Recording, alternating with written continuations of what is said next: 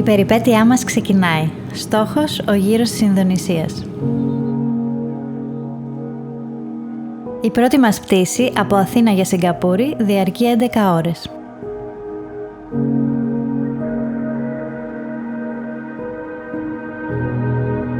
Έχουμε 10 ώρες στη διάθεσή μας και αυτή τη φορά επιλέξαμε να επισκεφθούμε την αραβική γειτονιά, η οποία μαζί με την Ινδική και την Κινέζικη αποτελούν τις 3 βασικές γειτονιές και εθνότητες της Σιγκαπούρης.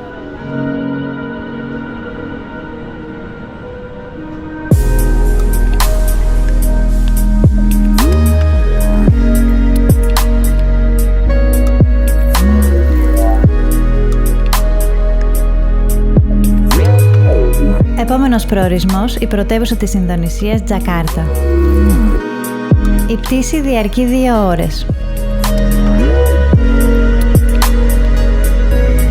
Η πολυπληθής και χαοτική πρωτεύουσα έχει πληθυσμό 33 εκατομμύρια κατοίκους.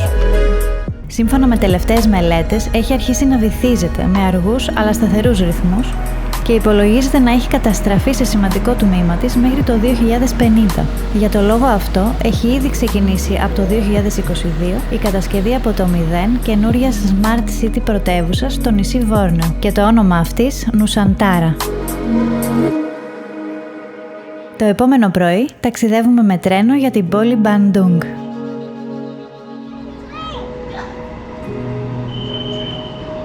Πρόκειται για το Whoosh Train, ένα από τα γρηγορότερα τρένα στον κόσμο με ταχύτητα που φτάνει τα 380 χιλιόμετρα την ώρα.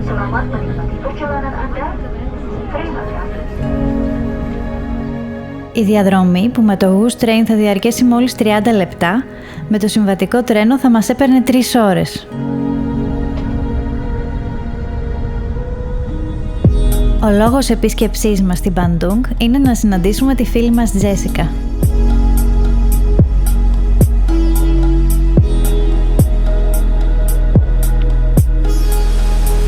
Το ξενοδοχείο που θα μείνουμε έχει ελληνικές πινελιές και λέγεται Little Mykonos.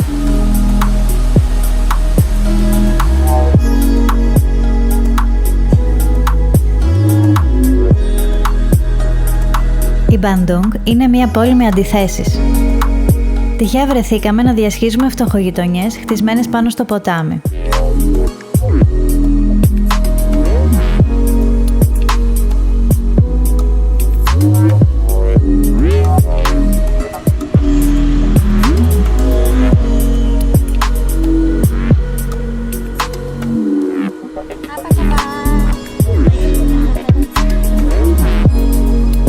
Ολόκληρη η γειτονιά μαζεύτηκε για να δει εμάς τους μπουλέ, όπως μας αποκαλούν.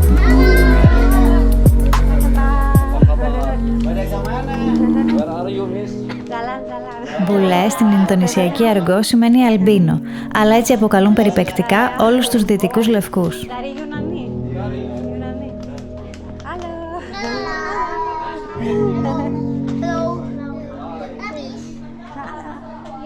Οι Ινδονήσιοι γενικά είναι πολύ φιλικός και καλοσυνάτος λαός. Δεν τους ενοχλεί ο φωτογραφικός φακός, ίσα ίσα πολλές φορές ζητούν οι ίδιοι να τους φωτογραφίσεις.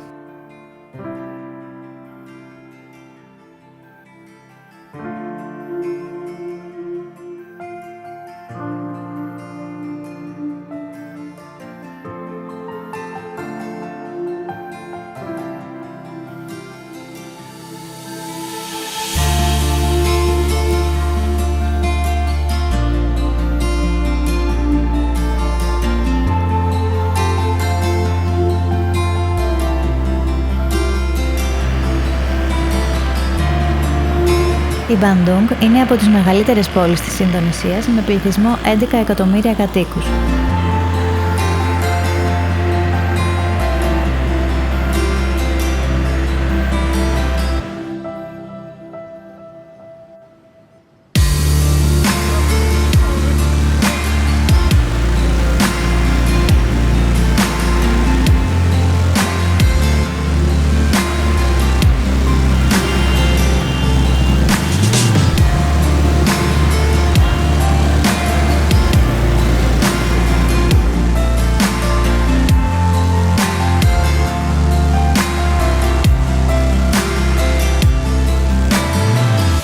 Όπως σε όλα τα ασιατικά αστικά κέντρα, το street food είναι θεσμός.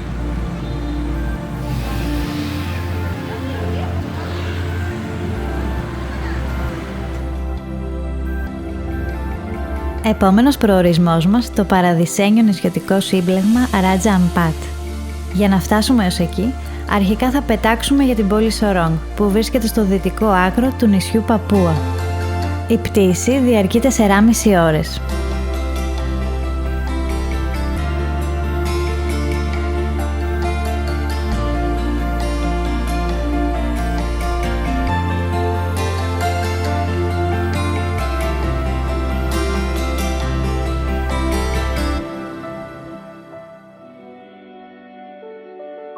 Από το Sorong της Παπούα ταξιδέψαμε ήδη 3 ώρες με το φέρι και τώρα θα χρειαστούμε άλλες 4 ώρες με το οικογενειακό βαρκάκι για να φτάσουμε στο νησάκι μας.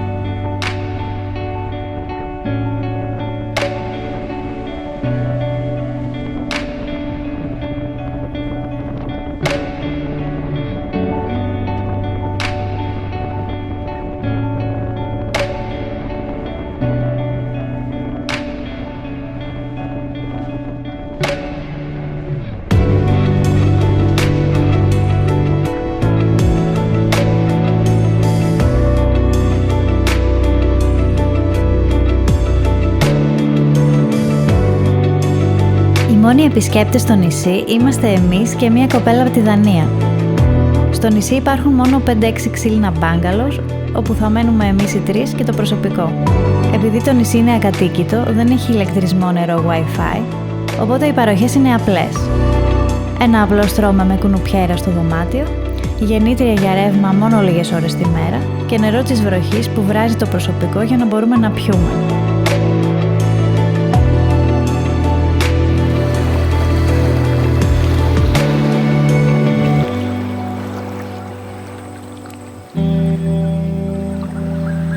Το ακατοίκητο νησί Τζου Σούμπα θα είναι το σπίτι μας για τις επόμενες μέρες. Hey! Welcome to Josuba! Josuba, or our homestay name is Josuba Homestay. Πρωινό ξύπνημα και ξεκινάμε για την πρώτη μας εκδρομή, που είναι το εμβληματικό Wayag.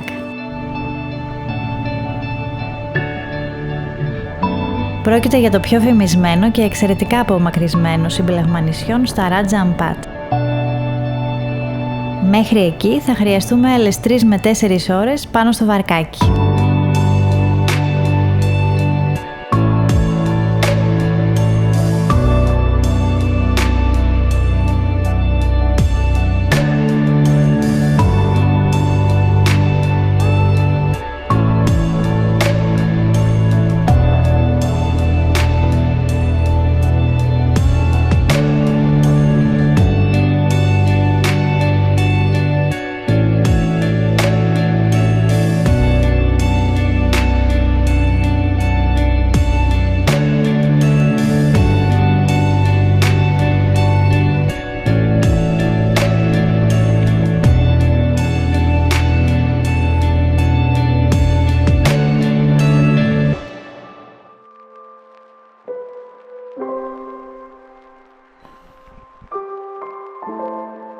Η ανάβαση μέχρι την κορυφή προϋποθέτει σκαρφάλωμα σε κοφτερά βράχια υποβροχή.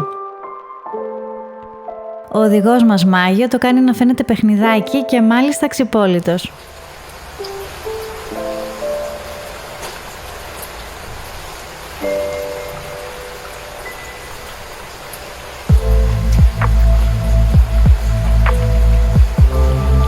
Τώρα καταλαβαίνουμε γιατί τα Raja Ampat είναι γνωστά ως ο τελευταίος παράδεισος της γης.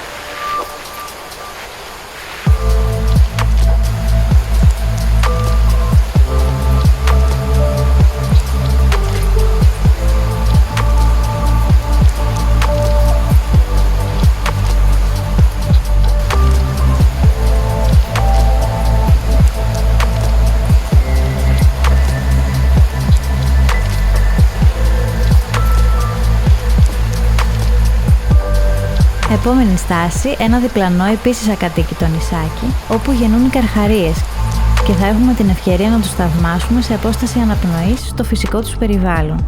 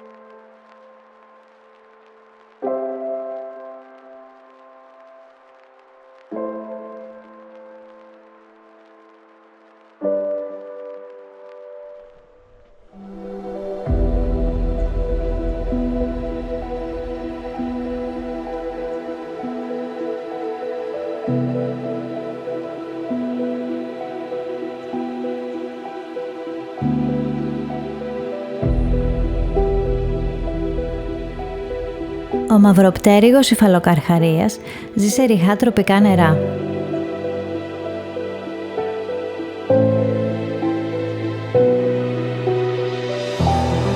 Το μέγεθός του δεν ξεπερνά τα 2 μέτρα και θεωρείται σχετικά ακίνδυνος για τον άνθρωπο.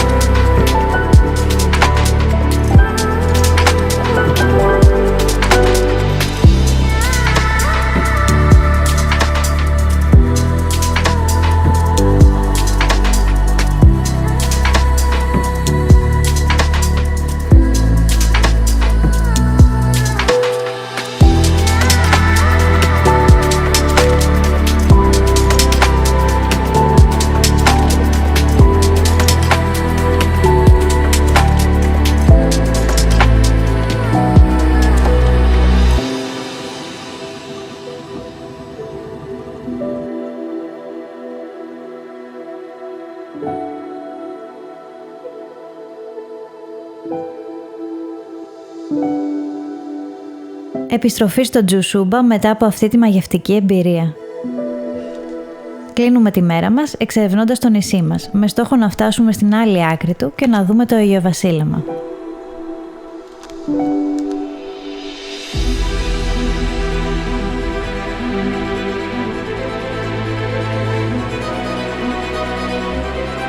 Για να φτάσουμε εκεί, θα διασχίσουμε τη ζούγκλα στο εσωτερικό του, κάτι που μας παίρνει περίπου 40 λεπτά.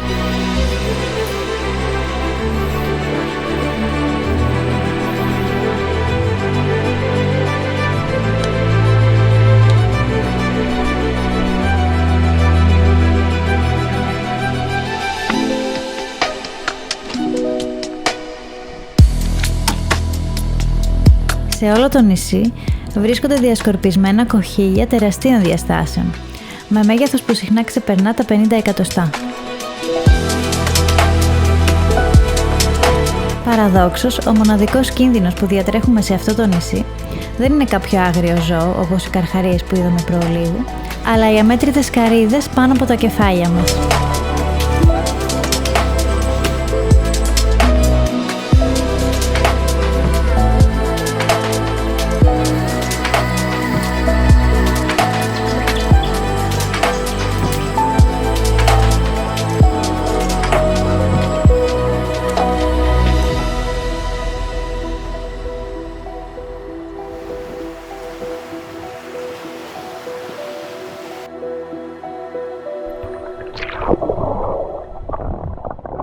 Πρωινή βουτιά στην παραλία μπροστά από την καλύβα μας και ο βυθός που τον κρίζουμε είναι μαγευτικός.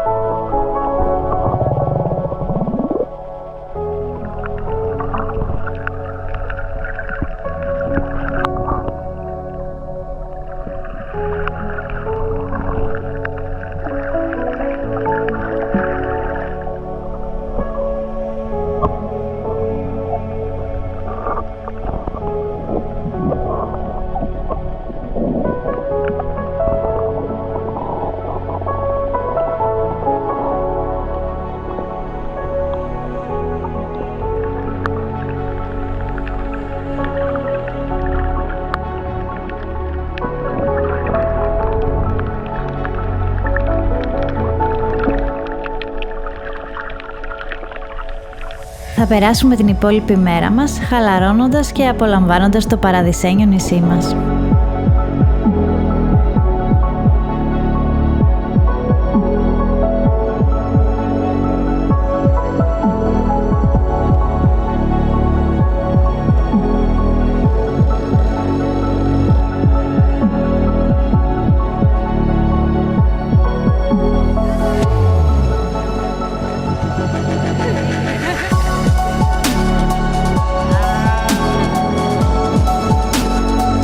Το φαγητό μας είναι κυρίως φρέσκα ψάρια και ό,τι άλλη τοπική λιχουδιά μας ετοιμάσει η μαγείρης. Φυσικά όλα συνοδεύονται με ρύζι.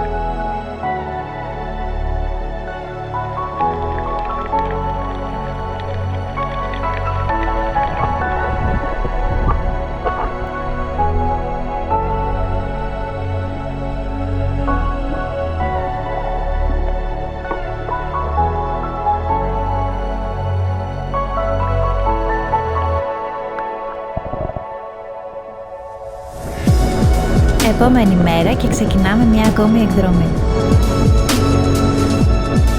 Αυτή τη φορά πέφτουμε σε πιο βαθιά νερά, παρέα με τον οδηγό μας, τον Όλιβερ, ο οποίος θα μας ξεναγήσει στο βυθό.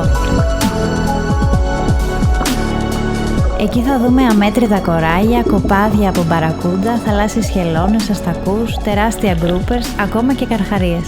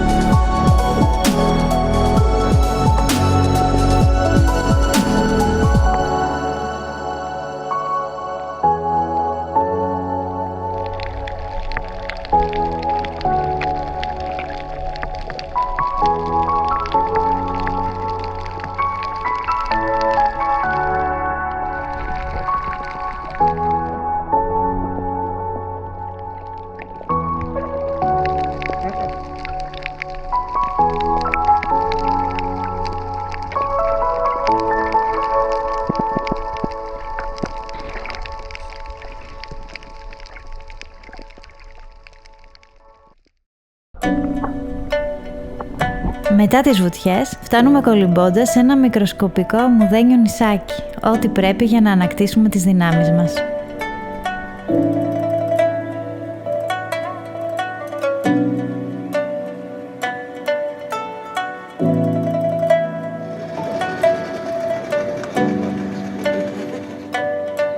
Επόμενη στάση, νησί Μούτους.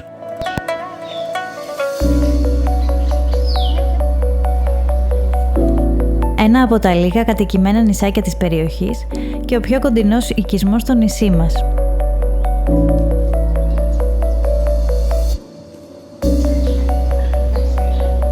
Ο οδηγός μας ξεναγεί στο χωριό του και στο σχολείο όπου φοιτούσε και ο ίδιος μικρός.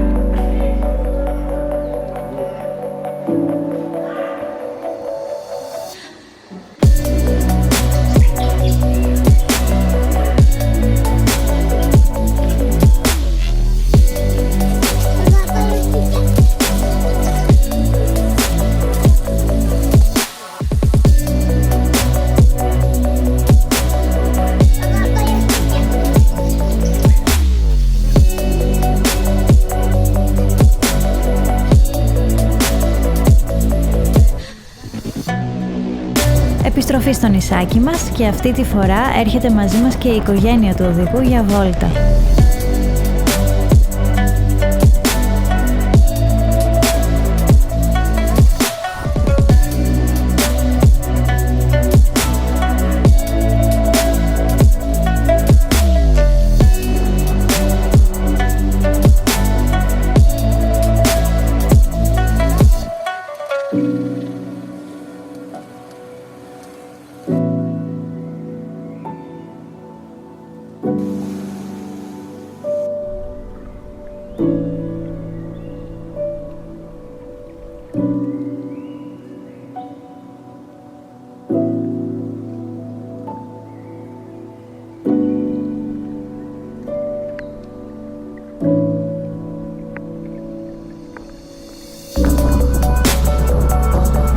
Το απόγευμα επιστρέφουμε στον οικισμό Μούτους για να αφήσουμε την οικογένεια που μας επισκέφθηκε, αλλά και για να προετοιμαστούμε για ψάρεμα.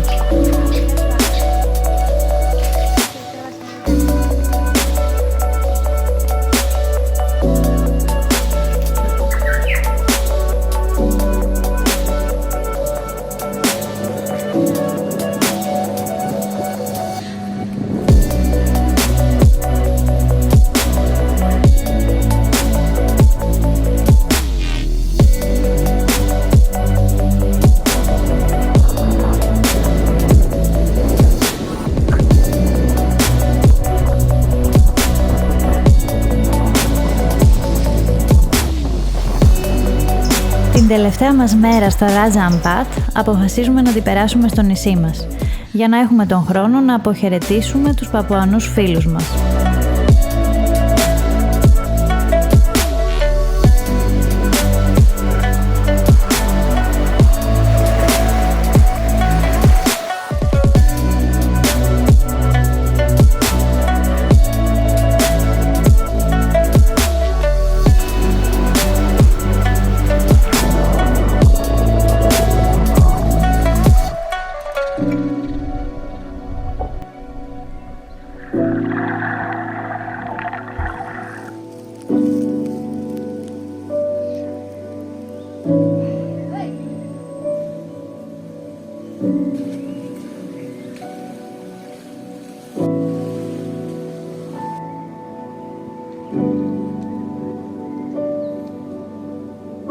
Αντίο Τζοσούμπα εις το επανειδήν.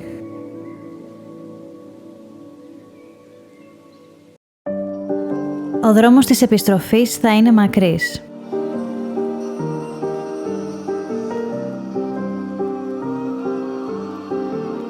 μετά από 7 ώρες ταξιδιού, φτάνουμε και πάλι στο Σορόγκ, από όπου θα πάρουμε το αεροπλάνο για τον επόμενο προορισμό μας.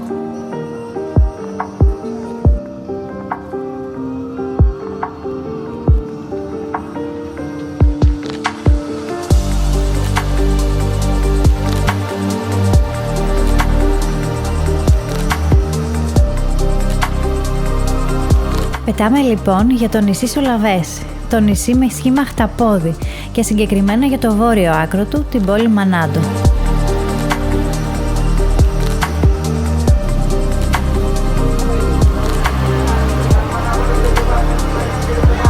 Η αγορά όπου βρισκόμαστε δεν είναι μια συνηθισμένη αγορά, καθώς περιλαμβάνει και το λεγόμενο Extreme Market, στο οποίο μπορεί κανείς να αγοράσει κρέας από φίδια, νυχτερίδες, ποντίκια, ακόμα και σκύλους και γάτες.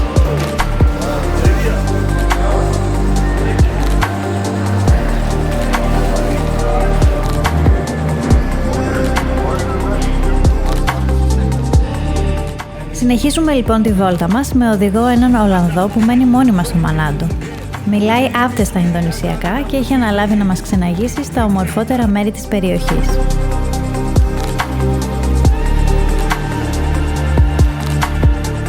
Η λίμνη Λινάου μπορεί με μια πρώτη ματιά να δίνει την αίσθηση μιας κοινής λίμνης, όμως στην πραγματικότητα περιέχει θιάφη και ηφαιστειακά αέρια, επομένως δεν είναι ασφαλές να κολυμπήσει κανείς.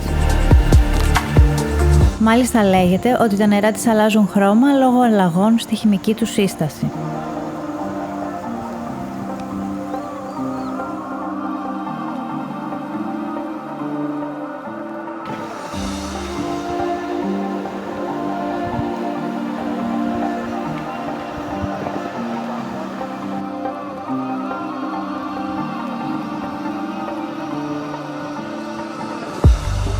Επόμενη στάση, οι αιαματικές θερμές πηγές Ρανολέβο, οι οποίες δημιουργήθηκαν λόγω της έντονης ηφαιστειακής δραστηριότητας της περιοχής.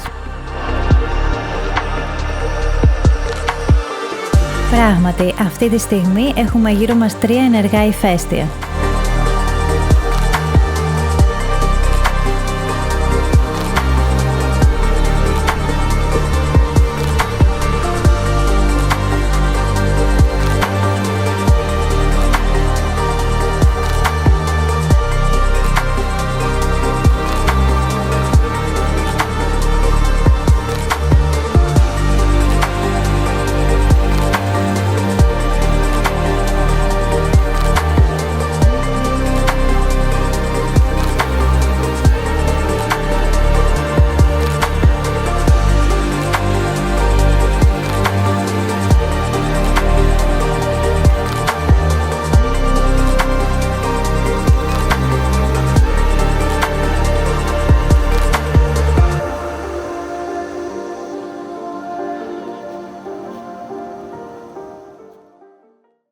Καθώς η μέρα μας οδεύει προς το τέλος της, επισκεπτόμαστε ένα ιδιαίτερο μπαράκι μέσα στη ζούγκλα.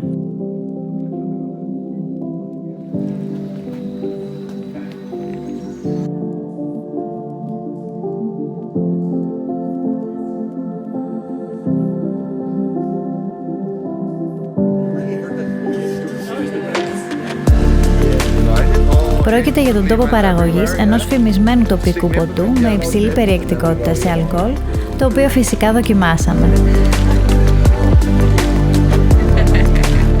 Στον ίδιο χώρο υπάρχουν φυτείες του φοίνικα αρέγκα, από τον οποίο παράγεται το ποτό.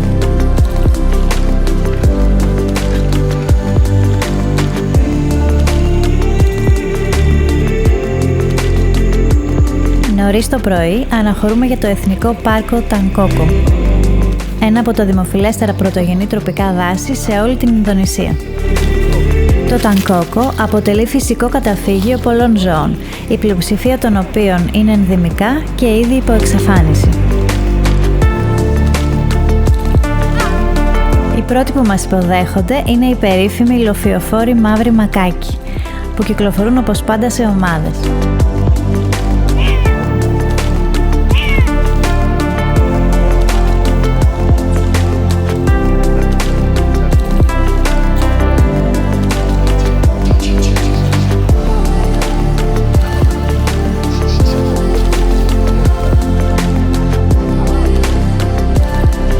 Η περιήγηση στο δάσος γίνεται υποχρεωτικά με τη συνοδεία ντόπιου οδηγού, ο οποίος μας βοηθά να εντοπίσουμε τα άγρια ζώα και πουλιά που κυκλοφορούν γύρω μας.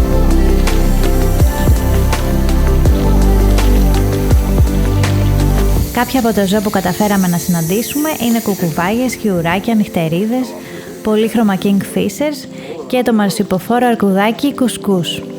Όμως, το σήμα κατά τεθέν του πάρκου Τανκόκο είναι το νικτόβιο πλασματάκι με τα γουρλωτά μάτια, το τάρζιερ.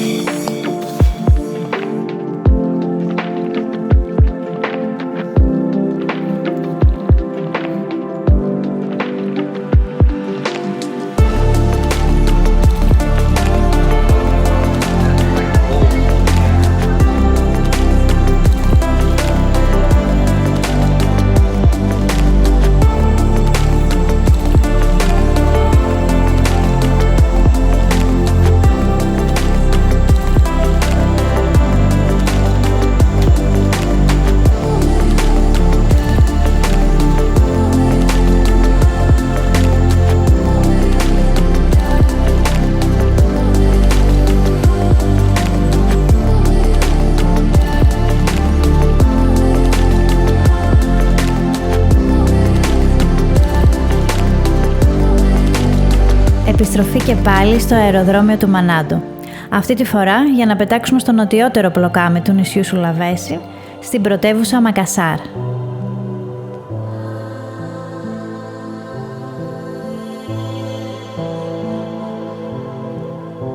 Το Μακασάρ είναι μία ακόμα μεγαλούπολη και θα αποτελέσει για εμάς ενδιάμεσο σταθμό για να φτάσουμε στην περιοχή Τάνα Τοράτζα.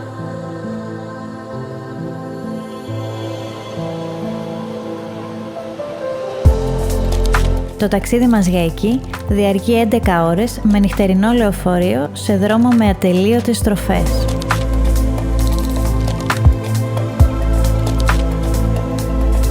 Θα μας φιλοξενήσει μια οικογένεια ντόπιων σε ένα ξύλινο παραδοσιακό σπίτι. Οι ξύλινες αυτές κατασκευές ονομάζονται Τονκονάν και αποτελούν χαρακτηριστικό δείγμα της αρχιτεκτονικής της Τάνα Τοράτζα.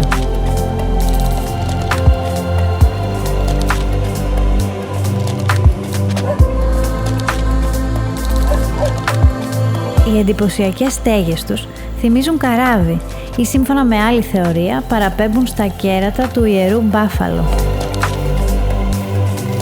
Το ζώο αυτό παίζει πρωταγωνιστικό ρόλο στη ζωή των φυλών της Τάνα Τοράτζα.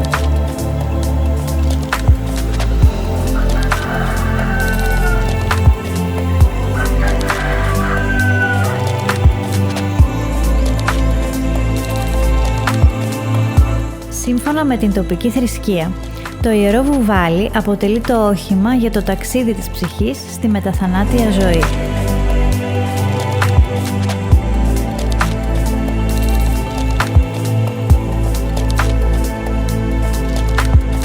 Επομένως, βασικός στόχος κάθε οικογένειας είναι η απόκτηση βουβαλιών, τα οποία κάποια στιγμή θα θυσιάσουν για την εξασφάλιση μιας θέσης στον παράδεισο.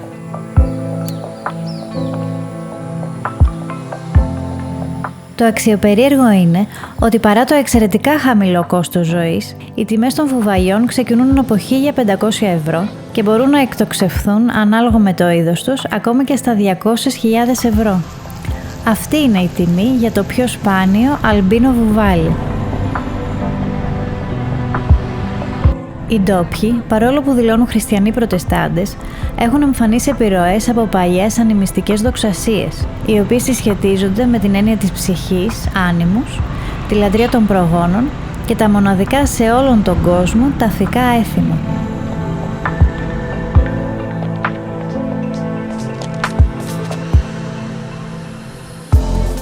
Αυτός είναι και ο λόγος που θα επισκεφθούμε, όσο μακάβριο και αν ακούγεται, μία τελετή κηδείας. Η κηδεία γίνεται στο σπίτι του νεκρού και κανείς δεν πάει με άδεια χέρια.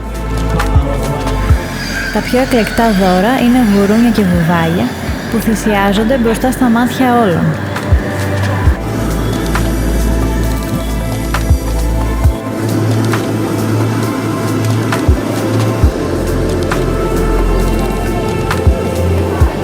Το δικό μας δώρο προς την οικογένεια του νεκρού είναι μερικά πακέτα τσιγάρα. Μια συνηθισμένη λύση για όσους παρευρίσκονται εδώ από σπόντα, όπως εμείς. Η κηδεία αντιμετωπίζεται ως ολοήμερο κοινωνικό event, με τελετουργικούς βηματισμούς, παραδοσιακές φορεσιές, εκφωνητή, παρουσίαση δώρων, φαγητά.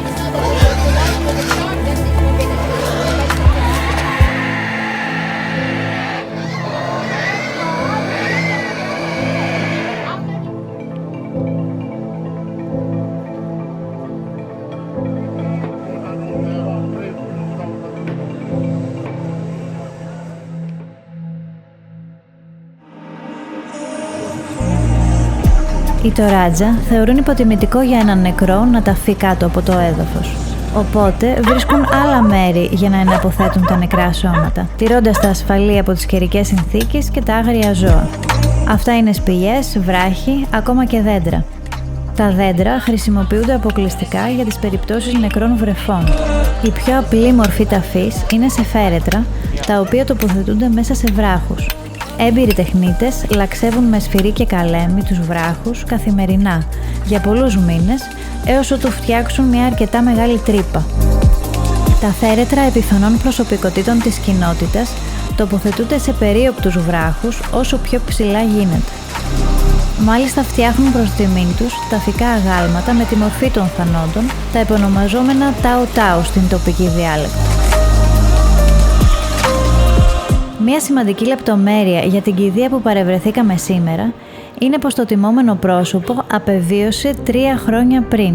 Από ό,τι μας πληροφορούν, αυτό είναι κάτι που συνηθίζεται εδώ, καθώς η οικογένεια του νεκρού χρειάζεται χρόνο για να μαζέψει το απαραίτητο budget για τα έξοδα της κηδείας.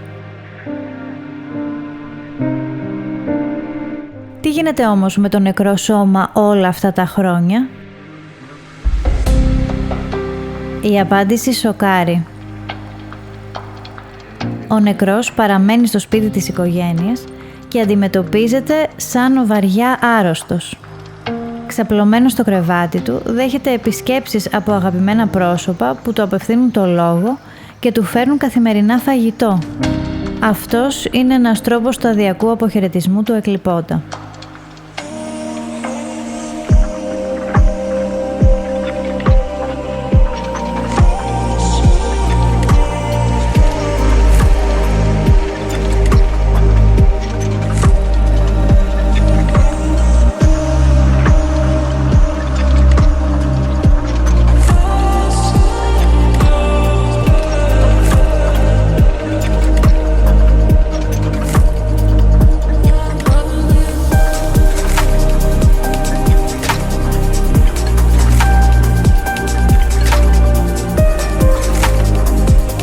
Η πιο σοκαριστική εμπειρία στο ταξίδι μας ήταν όταν η οικογένεια που μας φιλοξενεί μας σύστησε την βαριά άρρωστη γιαγιά που ζει σε εισαγωγικά εδώ και λίγους μήνες σε αυτό το μεταβατικό στάδιο σε διπλανό μας δωμάτιο. Την επόμενη μέρα διασχίζουμε τα βουνά της Τάνα Τοράτζα για να φτάσουμε σε ένα μικροσκοπικό αεροδρόμιο. Όπως μας ενημέρωσαν, οι αραίες πτήσεις από εδώ πραγματοποιούνται σπάνια, αλλά σήμερα θα σταθούμε τυχεροί. Ο τελευταίος προορισμός του ταξιδιού μας θα είναι το μεγαλύτερο νησί της Ασίας, το Βόρνεο, το οποίο καλύπτεται από ένα από τα μεγαλύτερα τροπικά δάση στον κόσμο. Προσγειωνόμαστε στο Μπαλικπαπάν, μια βιομηχανική μεγαλούπολη γνωστή ως η πόλη του πετρελαίου. Εδώ βρίσκονται οι κεντρικές εγκαταστάσεις μεγάλων εταιριών, εγχώριων αλλά και διεθνών συμφερόντων. Πρώτα όμως θα εξερευνήσουμε τη φτωχική πλευρά της πόλης με μία βόλτα στο πλωτό χωριό. Μία γειτονιά χτισμένη εξ ολοκλήρου πάνω στο δέλτα του ποταμού με πασάλους.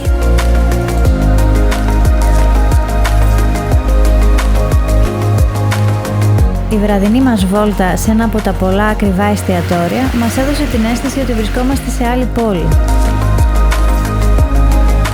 Οι αντιθέσεις είναι έντονες. Από τη μία οι ουρανοξύστες εταιριών, η χλειδί, τα ακριβά μολ και από την άλλη οι φτωχικές γειτονιές με τις ξύλινες καλύβες.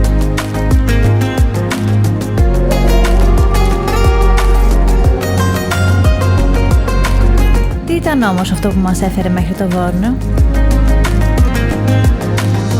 αφήνουμε με χαρά την απρόσωπη μεγαλούπολη και κατευθυνόμαστε προς τη ζούγκλα. Τελευταίος σταθμός, αλλά από τους πιο σημαντικούς του ταξιδιού μας, είναι το καταφύγιο ουρακοτάγκων Samboja Lodge. Το καταφύγιο ανήκει στην οργάνωση BOS, Borneo Orangutan Survival, που απαρτίζεται από εθελοντές και στεγάζεται σε μια κατασκευή από ξύλο και μπαμπού που θυμίζει δεντρόσπιτο τεραστίων διαστάσεων. Ένα από τα βασικά αντικείμενα της οργάνωσης είναι η επανένταξη κακοποιημένων ουρακοτάγκων στο φυσικό τους περιβάλλον. Οι ουρακοτάγκοι αυτοί είτε έχουν βρεθεί σε διάφορα μέρη της Ινδονησίας τραυματισμένοι, είτε έχουν πέσει θύματα εκμετάλλευσης του ανθρώπου σε παράνομες αγοραπολισίες και τσίρκο.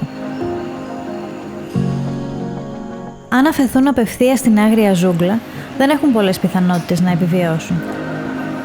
Επομένως τους στέλνουν εδώ, σε αυτό το ελεγχόμενο περιβάλλον, ως μεταβατικό στάδιο προτού αφαιθούν ελεύθεροι. Οι μικροί σε ηλικία ουρακοτάγκοι πηγαίνουν στο σχολείο, όπου μαθαίνουν να αναγνωρίζουν και να αντιμετωπίζουν τους κινδύνους της ζούγκλας. 3 είναι για αυτούς οι βασικοί θανάσιμοι κίνδυνοι: τα φίδια, οι κροκόδιλοι και φυσικά ο άνθρωπος.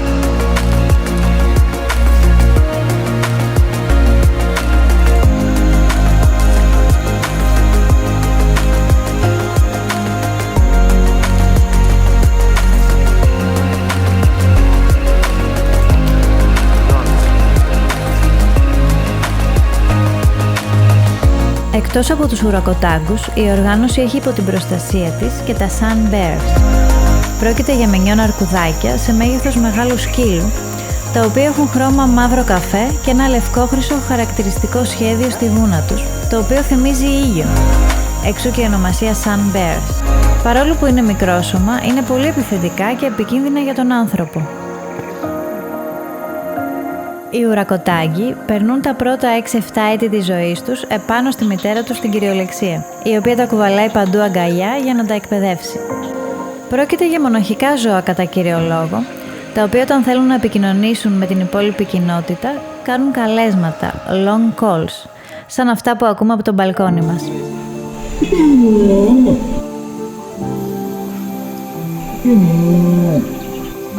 Με αυτούς τους ήχους, οι αρσενικοί καλούν τα θηλυκά για αναπαραγωγή, αλλά και κατοχυρώνουν την κυριαρχία τους. Οι εθελοντές περνούν από νησί σε νησί 2 φορές τη μέρα για να αφήσουν προμήθειες των αγαπημένων τους φαγητών, δηλαδή καλαμπόκια, καρύδια και φρούτα.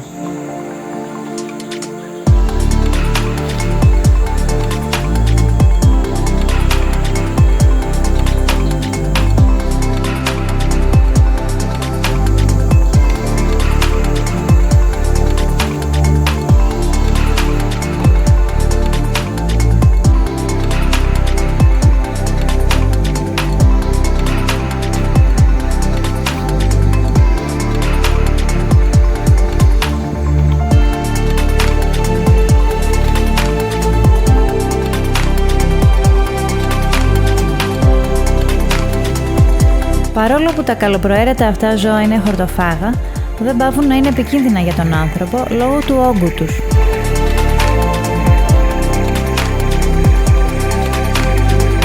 Οι ουρακοτάγκοι περνούν το 80% της ζωής τους στις κορυφές ψηλών δέντρων, όπου μπορούν να παραμείνουν ακόμα και 24 συνεχόμενες ώρες.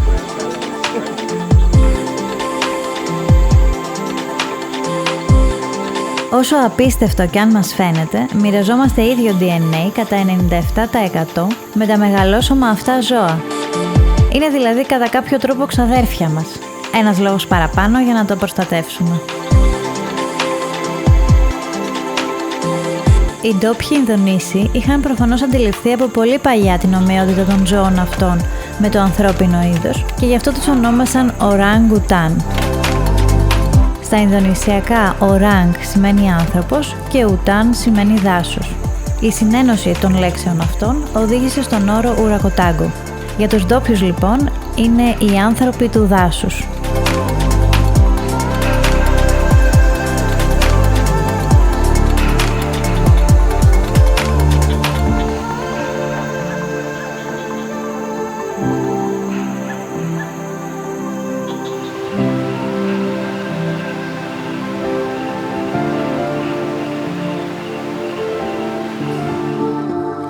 Την επόμενη μέρα, πριν καλά ξημερώσει, ξεκινάμε για την τελευταία μας βόλτα στην Ινδονησία.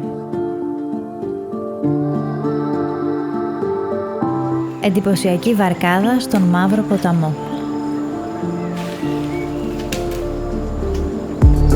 Αρχικά συναντάμε τις μαϊμούδες με προβοσκίδα, που ονομάζονται έτσι λόγω της ασυνήθιστα μεγάλης μύτης τους. Πρόκειται για ενδυμικό είδος, δηλαδή ζει εδώ στο Βόρειο και πουθενά άλλου στον κόσμο. Κάνουν τεράστια άλματα χωρίς να φοβούνται το νερό, καθώς είναι καλοί κολυμβητές.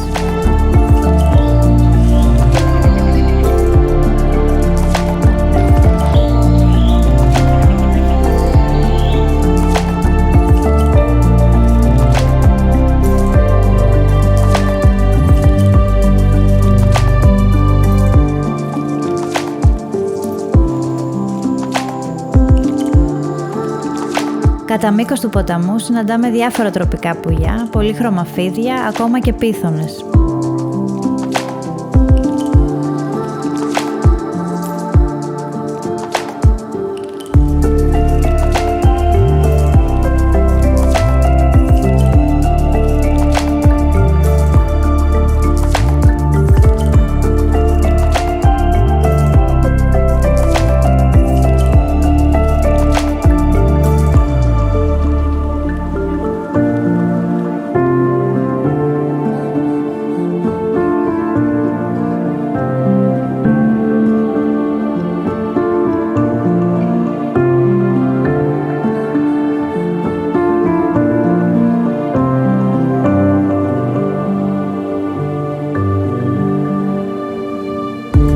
Κλείνουμε τη βαρκάδα μας περνώντας από ένα ψαροχώρι με φιλικούς κατοίκους, οι οποίοι μας χαιρετάνε.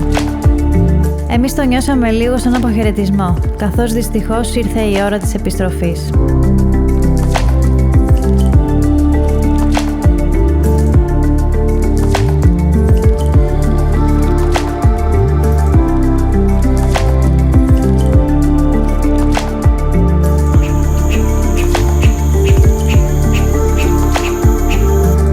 Ο κύκλος κλείνει στο σημείο από όπου ξεκινήσαμε, τη Σιγκαπούρη.